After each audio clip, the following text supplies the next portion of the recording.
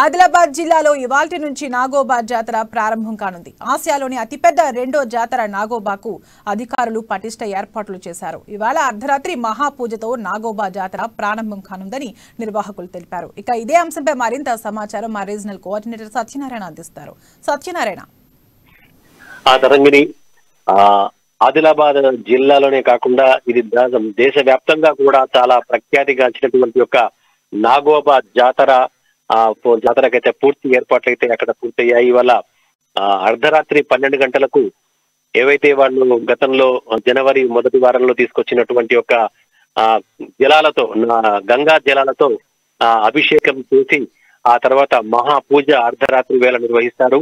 ఆ మహాపూజతో ఈ నాగోబా జాతర ప్రక్రియ అనేటటువంటి ఒక ప్రారంభమవుతుంది. ఇక ఆ తర్వాత మెస్రం వంశీయులతో పాటు మిగతా ఆదివాసీ తెగలు, గిరిజన తెగలు, ఇతర భక్తులు కూడా వేలాది సంఖ్యలో హాజరై నాగోబాను దర్శించుకుని ఆ ప్రత్యేక పూజలు, మొక్కులు చెల్లించుకోవడం ఆనవాయితీగా వస్తుంది. ఇది దాదాపు 63 ఏళ్లుగా ఈ యొక్క జాతర అనేది అక్కడ జరుగుతుంది. అయితే ఈ మెస్రం వంశీయులు ఈ నాగోబాను తమ కులదైవంగా, ఆరాధ్య దైవంగా భావిస్తారు. సర్పజాతిని పూజించడమే ఈ యొక్క నాగోబా జాతర యొక్క ప్రత్యేకత.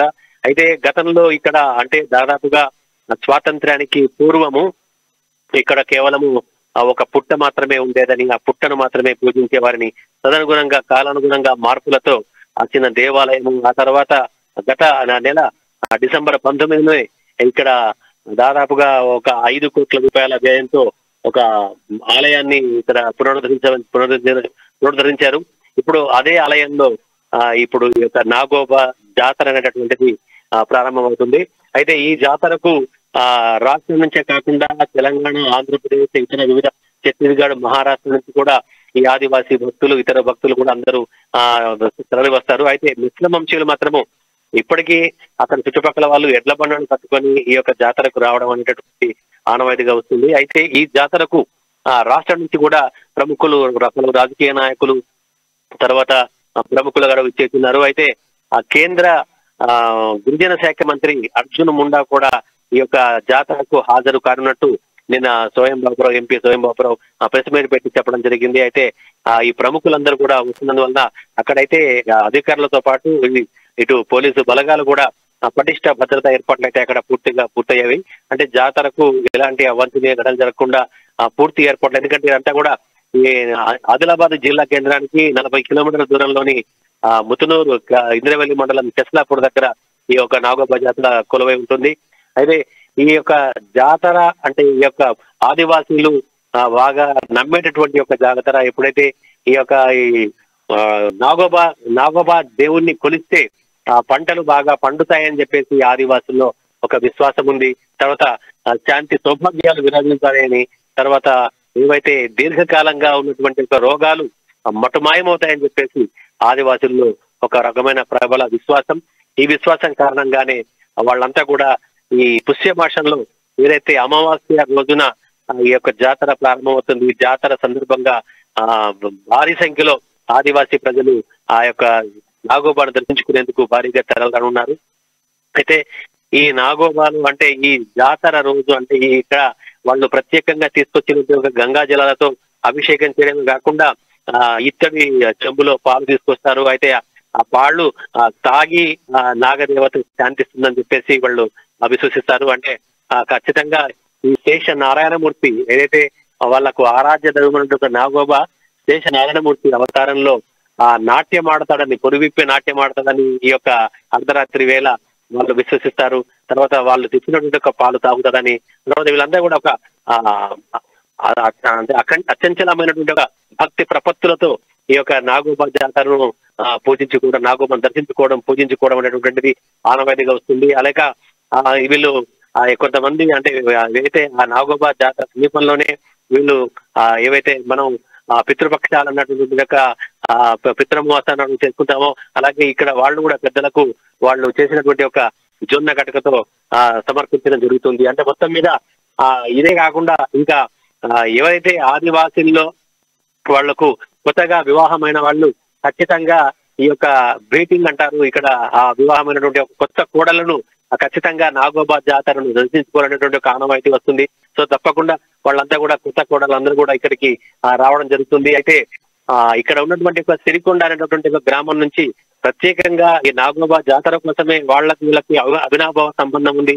అక్కడ సిరికొండలో ఉన్నటువంటి ఒక కుండలు చేసేటువంటి వృత్తులు ఆ కుండలను తయారు చేయించుకొని 21 కొత్త కుండలతో 21 మంది ఆడపడుచులు, ఆదివాసీ ఆడపడుచులు, దక్షిణ వంశీయులు వాళ్ళంతా కూడా 20 కుండలు తీసుకొని అక్కడ నాగోబా జాతరకు సమీపంలో ఉన్నటువంటి ఒక మరిచెట్టు సమీపంలో ఉన్నటువంటి ఒక కొలను వద్ద నుంచి నీళ్లు తీసుకొచ్చి ఆ నీటితో దేవాలయం అంతా కూడా వాళ్ళంతా శుద్ధి చేస్తారు.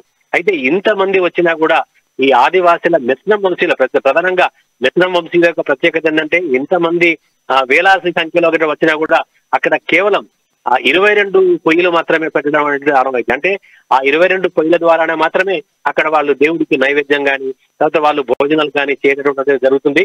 అయితే మిగతా అంటే మెస్నం వంశీయులు కాకుండా మిగతా ఎవరైనా సరే ఎక్కడైనా వాళ్ళు ఏదైనా కూడా వంట చేసుకునే జరుగుతుంది. కానీ మెస్నం వంశీయులు మాత్రం ఏవైతే వాళ్ళకు కేటాయించినటువంటి ఒక 22 పొయ్యిలలో మాత్రమే వాళ్ళు వంటలు చేసుకోవడం. అంటే వేల మంది వచ్చినా 22 పొయ్యిలు. కాకపోతే ఒకరి తర్వాత ఒకరు అంటే ఒకరి నైవేద్యం అయిన తర్వాత మరొకరు ఈ విధంగా వాళ్ళు నైవేద్యాన్ని సమర్పిస్తుంటారు. అంటే వీళ్ళంటే ఒక పూర్తి భక్తి ప్రపత్తులతో, ఒక పూర్తి నమ్మకంతో, విశ్వాసంతో ఈ యొక్క నాగోబా జాతర దేవిని కొలుస్తుంటారు. అయితే ఇలా కొలిస్తే అంటే అలా చేస్తే కనుక వారి కోరికలన్నీ కూడా నెరవేరుతాయని చెప్పేసి వాళ్ళు భావిస్తారు.